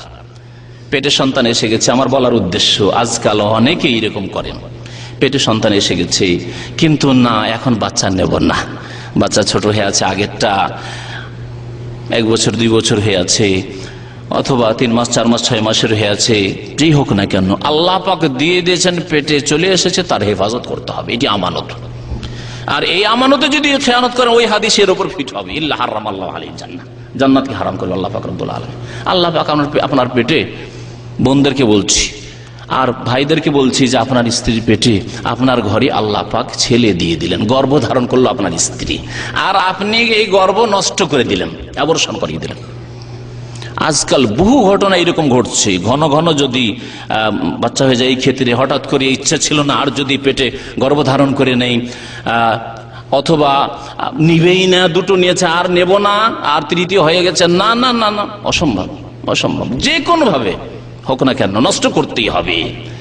খেয়ানত করলো গাসুন লিরাইয়াতিহি, জান্নাত আল্লাহ পাক হারাম করবেন। এবং কোরআনে কারীম আল্লাহ পাক সতর্ক করেছেন, বিশেষ করে হারাম সব পর্যায়ে হারাম, 1 মাস 2 মাসের হয়ে গেছে তখনও হারাম, আর যদি 120 দিন হয়ে যায়, যখন কি করা হয় 120 দিনে গর্ভধারণ, 120 দিন হলে রূহ আত্মা দিয়ে দেওয়া হয়, আত্মা দিয়ে দেওয়া হয়, আত্মা দিয়ে দেওয়ার পরেও নষ্ট করে দিলেন, রূহ চলে এসেছে 4 মাসের হয়ে গেছে, তারপরে যদি নষ্ট করেন তাহলে আপনি একজন জীবিত মানুষকে হত্যা করার সমান বড় অপরাধ করলেন, খুন করলেন, আপনি খুনি।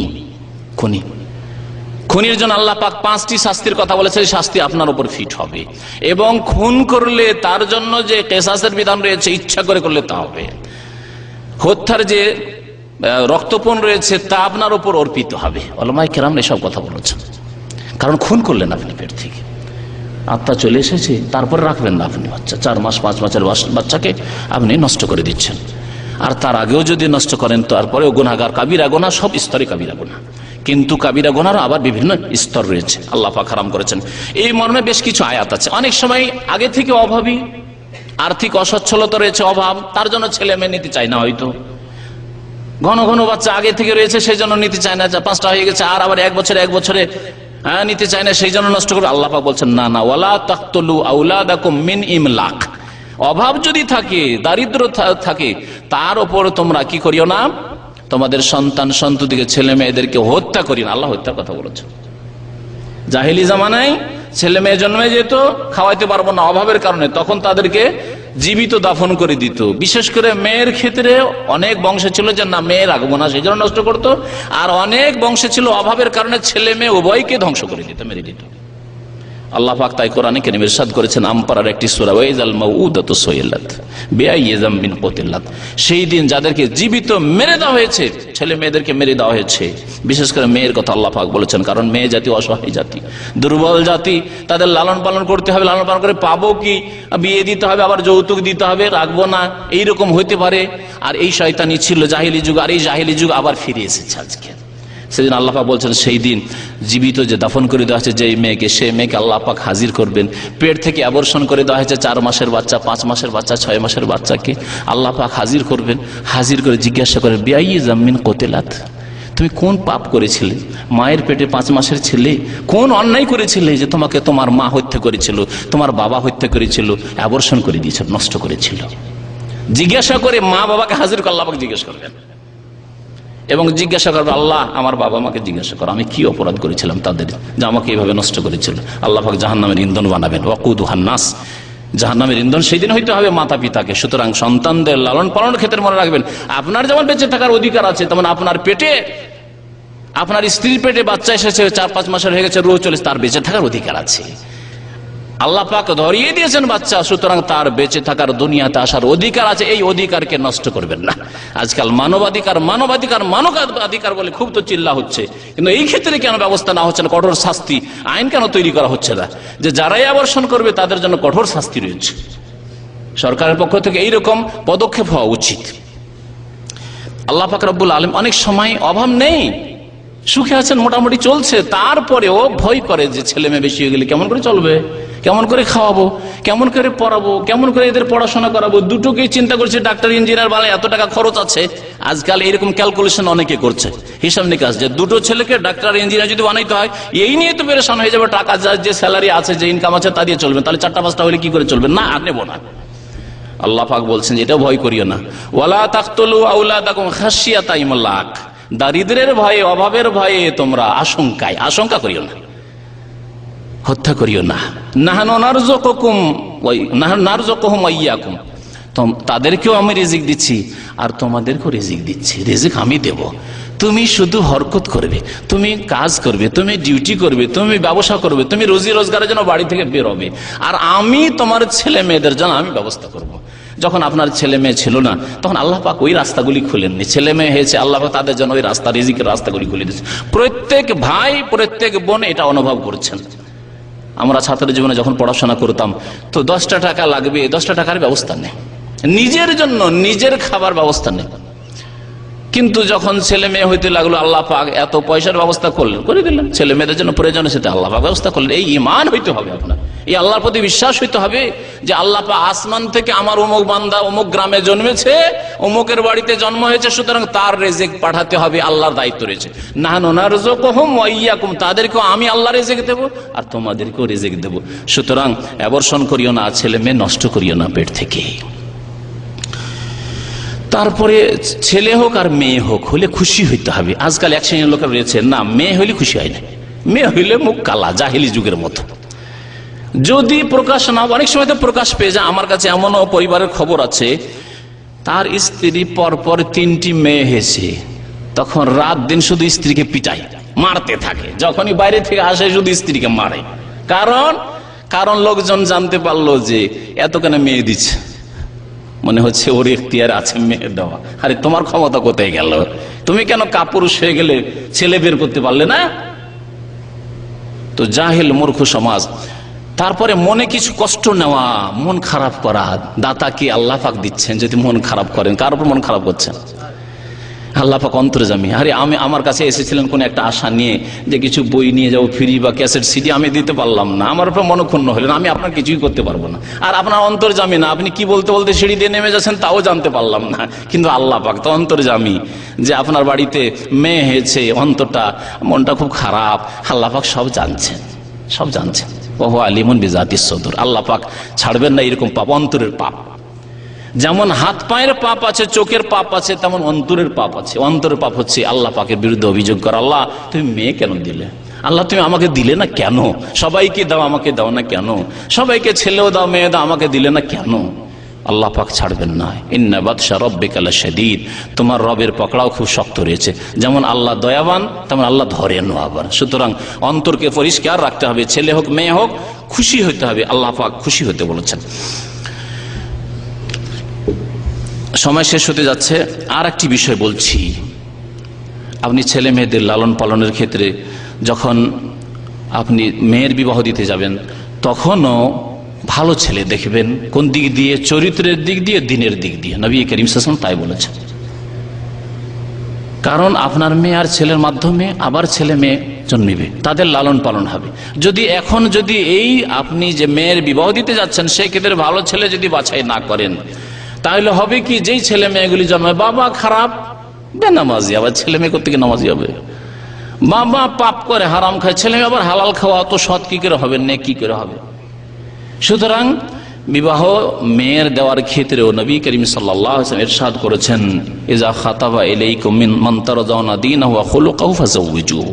তোমাদের কাছে কেউ যদি প্রস্তাব নিয়ে আসে, পয়গাম নিয়ে আসে, এমন ব্যক্তি যে ব্যক্তির দিন তোমার পছন্দ, দিনদার, নামাজি, ধার্মিক, ভালো ছেলে, অখলক এবং চরিত্রবান, নম্র, শান্ত, ভালো চরিত্রের, তার কোন রকমের খারাপ রিপোর্ট পাওয়া যায় না চরিত্রের দিক দিয়ে, এইরকম ছেলে যদি বলেন নবী সাল্লাল্লাহু আলাইহি ওয়াসাল্লাম যে দেখো ঘাস দেখে বকরি ছাগল বাঁধতে হবে। আমাদের দেশের জাহেল গ্রামদের কথা ছোটকাল থেকে আমরা শুনে আছি। মেয়ের বিবাহ দিতে যেত আমাদের দেশের মন্ডল মাতাব্বররা, আর বলতো যারে ঘাস দেখে বকরি বাঁধবি না, মানে মেয়ের বিবাহ দিলে দেখতে হবে যে ধন সম্পদ আছে কিনা, জমি জায়গা আছে কিনা। নবী করিম সাল্লাল্লাহু আলাইহি ওয়াসাল্লাম এই কথা বলেননি। দিন দেখো, আখলাক চরিত্র দেখো, ব্যবহার দেখো, আর নামাজ রোজা দেখো তার ঠিক আছে কিনা। যদি না করো তাহলে পৃথিবীতে বিপর্যয়। ইল্লা তাফআলু তাকুন ফিতনাতুন ফিল আরদি ওয়া ফাসাদুন আরিদ। যদি ভালো একটা ছেলে, চরিত্রবান ছেলে পেলে, নামাজি ছেলে পেলে, না না না, ওর কিছুই তো নেই, গরিব ছেলে, কি খাওয়াবে, কি করবে, দিলেন না, তাহলে পৃথিবীতে বিপর্যয় সৃষ্টি হবে। এইভাবে মেয়ের বিবাহ হবে না, বিবাহ হবে না, বিবাহ হবে না। ভালো ছেলে পাবো, ভালো ছেলে পাবো, পেলেন না। শেষ যখন 25-30 মেয়ের বয়স হয়ে গেল, তখন রিটায়ার্ড হয়ে গেল, আর কেউ আসে না, কেউ আসে না। এখন পেরেশান যে কোনো একটা ছেলে পেলে ধরিয়ে দেবো।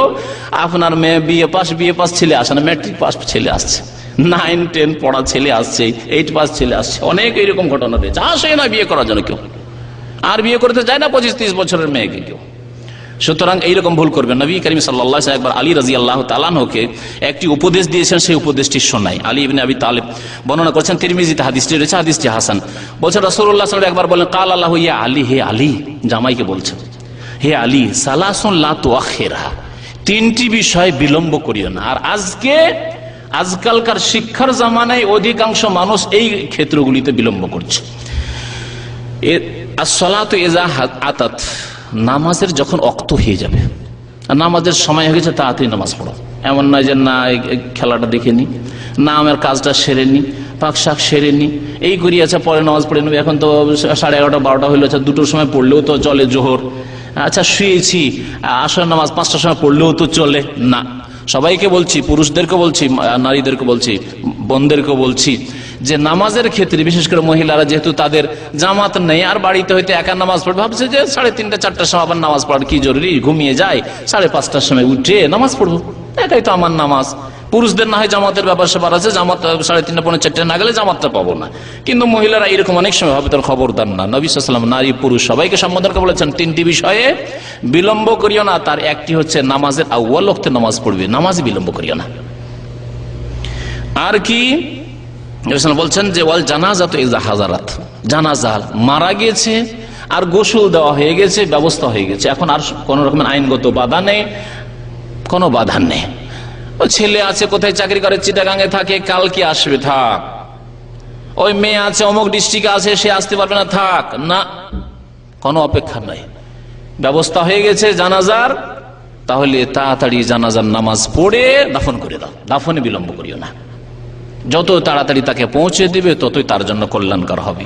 আর 3 নম্বর আজকের বিষয়ের সাথে সম্পর্ক, ওয়াল আইয়ামু ইযা ওয়াজাদতা লাহা কুফুয়ান, অবিবাহিত ব্যক্তি, অবিবাহিত ছেলে হোক অথবা অবিবাহিত মেয়ে হোক, যদি তার সমতুল্য ওই রকম তার উপযোগী ছেলে পেয়ে যাও বা মেয়ে পেয়ে যাও, বিশেষ করে ছেলেদের ক্ষেত্রে বলা হয়েছে এখানে, মানে ছেলে যদি ওইরকম উপযোগী পেয়ে যাও, মেয়ে আছে আর মেয়ে মাশাআল্লাহ, এই কথা ভাবিয়েন না যে না ওকে অনার্স করাবো, ওকে ডিগ্রি পাস করাবো অথবা MA মাস্টার করাবো তারপরে বিয়ে দেবো, এখন মেডিকেলে পড়াচ্ছি, এখন এই পড়াচ্ছি না, ওইসব করিয়েন না। কারণ এইসব করতে গিয়ে ভালো স্বামী অধিকাংশ মেয়েরাই পায় না, বাস্তব সত্য। নবী করিম সাল্লাল্লাহু আলাইহি সাল্লাম বড়ই সুন্দর উপদেশ দিয়েছেন, যখনই কোনো মেয়ের ভালো ছেলে পাবে তাড়াতাড়ি বিবাহ দিয়ে দাও, লা তুআখিরহা, বিলম্ব করিও না। সুতরাং ছেলে মেয়েদের লালন পালনের ক্ষেত্রে এটিও আপনার দায়িত্ব রয়েছে যে মেয়েদের বিবাহের ক্ষেত্রে বিলম্ব করবেন না, ভাবেন না যে না না না না না এখন 22 বছর বয়সে দিব বিয়ে, না 17-18 হয়েছে দিয়ে দেন, মাধ্যমিক পড়া হয়েছে, উচ্চ মাধ্যমিক পর্দার মধ্যে যতটুকু পড়াইতে পেরেছেন বিবাহ দিয়ে দেন। বিবাহ দেওয়ার পরে যদি ভালো ক্ষেত্র পান, শুধু মহিলা সমাজে রেখে যদি পড়াইতে পারেন, মহিলা কলেজে পড়াইতে পারেন, পড়ান, পড়াশোনায় বাধা নেই শরীয়তে। শরীয়ত কোন রকমের জায়েজ উন্নতিতে বাধা দেয় না। অনেকে ভাবে যে না না শরীয়ত মনে হয় এগুলোতে বাধা দিচ্ছে। বাধা কোথায় দিচ্ছে? যেখানে ফিতনার আশঙ্কা আছে সেখানে যেতে পারবেন না আপনি, যেখানে গেলে আপনার মুখ কালা হয়ে যেতে পারে। আপনার মেয়ের বিবাহ দিয়েছেন আর তারপরে আপনি তাকে সহশিক্ষায় দিয়েছেন, দেখা গেল যে আপনার জামাইয়ের মুখ কালো করে দিল, আপনারও মুখ কালা করে দিল, এমন না হয়। অন্য কোনো ছেলের সাথে যাতে না বেরিয়ে চলে যায়। ওইরকম ভালো পরিবেশ যদি তৈরি করতে পারেন, মহিলা কলেজ, মহিলা ইউনিভার্সিটি তৈরি করেন না, মহিলা ইউনিভার্সিটির জন্য কেন দাবি করছেন না? আজকাল বেহায়া বেপর্দা হওয়ার জন্য দাবি করছে, বিদেশে যাওয়ার জন্য মহিলারা, শুনলাম যে কোন একটি দেশের কথা, যে মহিলারা খাদেমা হয়ে আসার জন্য বিরাট মিছিল করেছে তারা, যে আমরা বিদেশে যাব। হ্যাঁ, ঢাকা ইউনিভার্সিটির মেয়েরা, যুবতীরা, তারা মিছিল করলো যে আমাদেরকে কেন রাত্রে যেতে দেওয়া হবে না, রাত্রে আমাদেরকে বের হইতে দিতে হবে। কেন এই মিছিল করছেন না যে আমাদের জন্য পৃথক ইউনিভার্সিটি লাগবে, ঢাকায় আর একটি ইউনিভার্সিটি, শুধু মহিলা ইউনিভার্সিটি লাগবে? কেন করছেন না এগুলো? কেন আল্লাহ এইরকম ভালো বুদ্ধি দিচ্ছে না? কেন সৎ কাজ করার তৌফিক দিচ্ছে না? কারণ অন্তর চাই না, আপনাদের অন্তর চাইতে হবে সৎ কাজ করার জন্য। আল্লাহ পাক যেন আমাদেরকে নেক আমলের তৌফিক দান করেন, আল্লাহ পাক আমাদেরকে ভালো কাজ করার তৌফিক দান করেন, আল্লাহ পাক আমাদেরকে ছেলে মেয়েদের ভালো লালন পালন করার তৌফিক দান করেন। ছেলে মেয়েদেরকে আরো বেশ কিছু কথা ছিল, আদব কায়দাগুলি শিখাতে হবে, যেমন খাওয়া দাওয়ার আদব কায়দা রয়েছে, নামাজ তো রয়েছে, 7 বছর থেকে নামাজ শিখাতে হবে, 10 বছরের চাপ দিয়ে নামাজ পড়াইতে হবে। নামাজ শুধু পড়াইলে হবে না, তাহলে তার আগে নামাজের দোয়া শুরু থেকে শেষ পর্যন্ত শিখাতে হবে, আত্তায়াত মুখস্থ করিয়ে দিতে হবে, দুরুদে ইব্রাহিম মুখস্থ করিয়ে দিতে হবে, আরো যেসব নামাজের দোয়া রয়েছে, তাসবিহ রয়েছে, তা মুখস্থ করিয়ে দিতে হবে। এছাড়াও যে সকাল সন্ধ্যার দোয়াগুলি রয়েছে সেগুলি মুখস্থ করিয়ে দিতে হবে। বাথরুমে গেলে কি দোয়া, শোয়ার সময় কি দোয়া, ঘুম থেকে জাগলে কি দোয়া, এইসব শিখিয়ে দিতে হবে। কোরআনে কারীমের আক্ষরিক জ্ঞান দিতে হবে, তেলাওয়াতের, যাতে করে যোগ্য করে কমপক্ষে তেলাওয়াত করতে পারে। তারপর কোরআনের তরজমা তফসির মাঝে মাঝে পড়ার জন্য, যদি আপনি স্কুল কলেজ ইউনিভার্সিটিতে পড়ান, ছেলেমেয়েরা যাতে করে কোরআনের তফসির পড়ে, আল্লাহর কিতাব বুঝে, রাসূলুল্লাহ সাল্লাল্লাহু আলাইহি ওয়াসাল্লাম হাদিস পড়ে, নবীর জীবনী যাতে করে চর্চা করে, পড়ে, যাতে করে জানে যে নবী সাল্লাল্লাহু আলাইহি ওয়াসাল্লাম কেমন উত্তম আদর্শের মানুষ ছিলেন, যাতে করে আপনার ছেলে মেয়ে কলেজ ইউনিভার্সিটি পড়ে ওই ফাসেকদেরকে, লম্পটদেরকে আদর্শ মানুষ না তৈরি করে। ওই বড় যে খেলাড়ি তাকে সে উত্তম আদর্শ মনে করে, ওই নায়ক নায়িকা তাদেরকে উত্তম আদর্শ। আপনার মেয়ে ওই নায়িকাকে ওই গায়িকাকে উত্তম আদর্শ মনে করে, যাতে এমন না করে। যদি আপনি নবী সাল্লাল্লাহু আলাইহি ওয়াসাল্লামের জীবনী পড়ান, নবী সাল্লাল্লাহু আলাইহি ওয়াসাল্লাম বিবিগণের জীবনী পড়ান, তাহলে আদর্শ মনে করবে মা আয়েশা রাদিয়াল্লাহু তাআলা আনহা, আদর্শ মনে করবে খাদিজা রাদিয়াল্লাহু তাআলা, আদর্শ মনে করবে ফাতেমা রাদিয়াল্লাহু তাআলা আনহা, আদর্শ মনে করবে নবী সাল্লাল্লাহু আলাইহি ওয়াসাল্লামের সাহাবিয়াতদেরকে, তাবেঈনদেরকে। এইভাবে সৎ হবে, নেক ছেলে মেয়েরা হবে। আল্লাহ পাক যেন আমাদেরকে নেক ছেলে মেয়ে দান করেন। রব্বানা হাব লানা মিন আজওয়াজিনা ওয়া যুররিয়াতিনা কুররাতা আয়ুন ওয়াজআলনা লিল মুত্তাকিনা ইমামা। রব্বানা তাকাব্বাল মিন্না ইন্নাকা আনতাস সামিউল আলিম ওয়া তুব আলাইনা ইন্নাকা আনতাত তাওয়াবুর রহিম। ওয়া সাল্লাল্লাহু আলা নবিয়িনা মুহাম্মদ ওয়া আলা আলিহি ওয়া সাহবিহি আজমাইন। প্রশ্ন করেছেন যে বাংলাদেশে জনসংখ্যা সবচেয়ে বেশি, সুতরাং এখানে পরিবার পরিকল্পনা না করলে জায়গা দেব কোথায়? এর উত্তর শোনেন। এর উত্তর এই নয় যে কাজকর্ম দেওয়ার জন্য সংখ্যা কমাতে হবে, না, এর জন্য কর্মসংস্থান বাড়াইতে হবে। বাংলাদেশে কেন ইন্ডাস্ট্রি তৈরি হচ্ছে না, ফ্যাক্টরি তৈরি হচ্ছে না? বিদেশ থেকে কার কেন নিচ্ছেন? জাপানি কার না হলে চলবে না? হ্যাঁ, কেন দেশে কার কেন তৈরি হচ্ছে না? শুধু কার নয়, কাপড়ও জাপানি কাপড় না হয় চাইনার কাপড় মার্কেটে কেন? তাহলে কর্মসংস্থান করুন, ব্যবস্থা করুন কাজের, যে ছেলেদেরকে কাজ দেওয়া যাবে কি করে, মেয়েদেরকে পর্দার মধ্যে রেখে গার্মেন্টস ভালো ব্যবস্থা করুন, পর্দার মধ্যে রেখে। ছেলে মেয়ে একসাথে নয়, যেখানে লুচ্চামি হচ্ছে, লম্পটি কাজ হচ্ছে, সব খবর আমার কাছে আছে। এইরকম গার্মেন্টস নয়, এই ইসলাম চায় না যেখানে একটা সেলাই মেশিন নিয়ে বসে আছে ছেলে আর একটা নিয়ে বসে আছে মেয়ে, না, ওই রকম না। মেয়েদের গার্মেন্টস আলাদা হোক, মেয়েদের কম্পিউটার ট্রেনিং সেন্টার হোক, মেয়েদেরকে কাজ করানো, এইরকম কাজ করানো। আর ছেলেদের তারপরে তাদের দায়িত্ব নেই এইরকম। ছেলেদের প্রত্যেকের কাজের ব্যবস্থা কেন বিদেশ পাঠাইতে হচ্ছে? বিদেশ পাঠিয়ে দিলেই কাজ হয়ে গেল। সরকারও চাইছে, আর ওই যেগুলি রিক্রুটিং অফিস আছে তারাও চাইছে বিদেশে গেলে আমাদের লাভ, বিদেশে ধাক্কা দিয়ে পাঠিয়ে, তার বিদেশে মজলুম হচ্ছে, জুলুম অত্যাচারের শিকার হচ্ছে। কেন দেশে তাহলে ইন্ডাস্ট্রি ফ্যাক্টরি তৈরি করতে হবে? ছোট থেকে ছোট জিনিস কোথা থেকে এসছে? চায়না থেকে। একটা কলম কোথা থেকে? চায়না থেকে এসছে, হ্যাঁ, ইন্ডিয়া থেকে এসছে। কেন আসবে? আপনার দেশে প্রত্যেকটি জিনিস তৈরি করার চেষ্টা করুন, তাহলে দেখবেন যে দেশের লোকেরা দেশে কাজ পাবে আর খেতে পাবে। চায়নাতে লোক সংখ্যা কি বেশি নয়? চীনে লোক সংখ্যা অবশ্যই বেশি। তা লোক সংখ্যা বেশি হলে যে কমাইতে হবে না, কাজের ব্যবস্থা দিতে হবে, দেশে কাজের ব্যবস্থা করতে হবে। এর জন্য সরকারকে, দায়িত্বশীলদেরকে, যারা শিক্ষিত সমাজ, শিক্ষিত মানুষ, তাদেরকে সব নিয়ে পরিকল্পনা তৈরি করতে হবে। জি, আর আপনি ব্যক্তিগত আল্লাহ পাকের ভরসা রাখেন এবং আল্লাহ যতটা দিচ্ছেন আপনি নিয়মিত নেন। এমন না যে দুটোতে আমি বেঁধে দিলাম। আর আমিও বলছি না যে আপনার প্রত্যেক বছর নিতে থাকেন। যদি এই ক্ষেত্রে আপনি একটু সতর্কতা অবলম্বন করেন, আমার ওই জন্ম নিয়ন্ত্রণের বক্তব্য একটা ছিল, এর ওপরই বক্তব্য ছিল 2-3 বছর আগে মনে হয়, তো এই বক্তব্যে এই সব কথাবার্তা আছে। যদি একটু গ্যাপ দিয়ে 3 বছর 2.5 বছর গ্যাপ দিয়েও যদি হয়, আর 5টা-7টা ছেলে হয়, অসুবিধা নেই। কিন্তু আপনি বন্ধ করে দিয়েছেন, না, একটা নয় 2টা ব্যাস, আর 3টে হলে তো আরো মুশকিল, আর তার বেশি তো যাওয়াই যাবে না, মরে যাব এত হলে না। তাহলে আল্লাহ কোনোদিন সাহায্য করবেন না। এইরকম মহিলাদের আল্লাহ সাহায্য করবেন না, এরকম পুরুষদের আল্লাহ সাহায্য করবেন না, আর রুজি কোনোদিনই পাবেন না আল্লাহ। ছেলে হবে না মেয়ে হবে, যখন গর্ভবতী রয়েছে মহিলারা, তখন আল্ট্রাসোনোগ্রাফি করে দেখতে পারে কিনা, জানতে পারে কিনা। যদি মনের অবস্থায় কোনো রকমের না হয় যে মেয়ে হইলে মনটা খারাপ, তাহলে আগে থেকে অনেক দিন থেকে খারাপ থাকলো। আরে ছেলে মেয়েটা হওয়ার পরই খারাপ হইতো, কিন্তু 3 মাস 4 মাস আগে জেনে নিলেন দিয়ে এতদিন আগে থেকেই খারাপ, তাহলে এই থেকে গুনাহ শুরু হয়ে গেল, অন্তর গুনাহ শুরু হয়ে গেল। যদি এইরকম অবস্থা থাকে তাহলে জানা জায়েজ নাই। কিন্তু যদি হয় যে আমার অসুবিধা নেই, ছেলে হইলেও সমান মেয়ে হইলেও সমান, আমার মনের অবস্থায় কোনো রকমের পার্থক্য হবে না এবং সর্ব অবস্থায় আমি সন্তুষ্ট থাকবো, আর এমন কোন সম্ভাবনা নেই যে না মেয়ে হয়েছে সুতরাং নেব না, অ্যাবর্শন হয়ে যাক কোন রকম করে, এদিক সেদিক যা কিছু করে তদবির করে হয়ে যাক, এরকম যদি নিয়ত থাকে তাহলে চরম অপরাধ। আর যদি এরকম কোনো নিয়ত না থাকে, শুধু জানা মাত্র জিজ্ঞাসা করলাম ছেলে হবে না মেয়ে হবে, তাহলে কোনো দোষ নেই, জায়েজ আছে ইনশাআল্লাহ তাআলা। যাকাত সম্পর্কে একটি প্রশ্ন করেছেন এক ভাই, যে মা এবং স্ত্রী মিলে 85 গ্রাম নেশাবে পৌঁছেছে, তাহলে জাকাত দিতে হবে কি না? জাকাত দিতে হবে না। প্রত্যেকের মালিকানায় নিসাব থাকতে হবে। মায়ের মালিকানা আলাদা, আপনার স্ত্রীর মালিকানা আলাদা, এমনকি স্বামী স্ত্রীর মালিকানা আলাদা। স্বামী স্ত্রীর মালিকানা আলাদা, আপনার স্ত্রীর কাছে কিছু স্বর্ণ আছে আর আপনার কাছে আলাদা কিছু স্বর্ণ আছে, দুটো মিলিয়ে জাকাত দিতে হবে না, আলাদা আলাদা, পৃথক পৃথক। এমনকি আপনার মেয়েকে যদি দুটো মেয়েকে আলাদা আলাদা ভাগ করে দিয়ে থাকেন, এর কাছে অর্ধেক আছে, এর থেকে দুটো মিলিয়ে নেশাবে 85 গ্রামে পৌঁছে যাচ্ছে, তো জাকাত লাগবে না। প্রত্যেক ছোট ছেলে মেয়ে হইলেও ব্যক্তি মালিকানা, যখন তাকে দিয়ে দিয়ে একটা মেয়েকে একটা মালা দিয়ে দেন, ওর মালিক হলে আপনার স্ত্রীও মালিক না, আপনি মালিক না, দিয়ে দিয়েছেন যেহেতু তাকে। সাল্লাল্লাহু বলেছেন কবর পাকা করিও না, কবর পাকা নবী সাল্লাল্লাহু হয়নি, নবী করিম সাল্লাল্লাহু আলাইহি ওয়াসাল্লামের কবর পাকা হয়নি, ঘরেই ছিল। সেই ঘর নবী সাল্লাল্লাহু আলাইহি ওয়াসাল্লামের জামানায় 1400 বছর আগে খেজুর পাতার ঘর ছিল, এখন ওই ঘরটি মা আয়েশার ঘর পাকা ঘর হয়ে আছে, কিন্তু কবর পাকা করা হয়নি। কবর পাকা মানে নিচে থেকে পাকা করা। নবী করিম সাল্লাল্লাহু আলাইহি ওয়াসাল্লামের কবরকে ঘেরা হয়েছে, সেটা তার হেফাজতের জন্য। কারণ এই ইতিহাসে কয়েকবার ইহুদিরা চেষ্টা করেছে, ইসলামের শত্রুরা চেষ্টা করেছে নবী সাল্লাল্লাহু আলাইহি ওয়াসাল্লামের মোবারক দেহকে তারা চুরি করে নিয়ে যাওয়ার জন্য।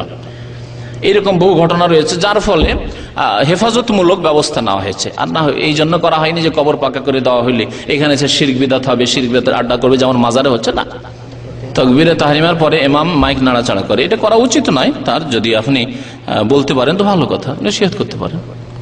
মাইকে অনিচ্ছাকৃত যদি হাত চলে যায়, অনেক সময় আল্লাহু আকবার বলতে গিয়ে ফট করে লেগে গেল, যেমন আমি অনেক সময় বলতে গিয়ে আমার লাগে যে হয়তো লেগে যায়, এরকম অনিচ্ছাকৃত হইতে পারে, চলে যেতে পারে, পড়েও যেতে পারে। তো অনিচ্ছাকৃত, ইচ্ছা করে যদি করে তাহলে নামাজের বিপরীত কাজ, তাকে নসিহত করা উচিত, গিয়ে নসিহত করেন, উপদেশ দেন যে আপনি এই কাজটা করছেন, এটা তো মনে হয় ঠিক নয়। হরকত করা এই করেন, গীবত না করে, সমালোচনা না করে, যে ও মসজিদের ইমাম এই করছে না করে সামনে এসে গিয়ে বলেন যে আপনি যে হরকত করছেন এটা কি নামাজের মধ্যে জায়েজ, এটা জায়েজ নয়, বুঝান আর কি। সাল্লাল্লাহু আলাইহি ওয়া সাল্লাম মুহাম্মদ ওয়া আলা আলিহি ওয়া সাহবিহি।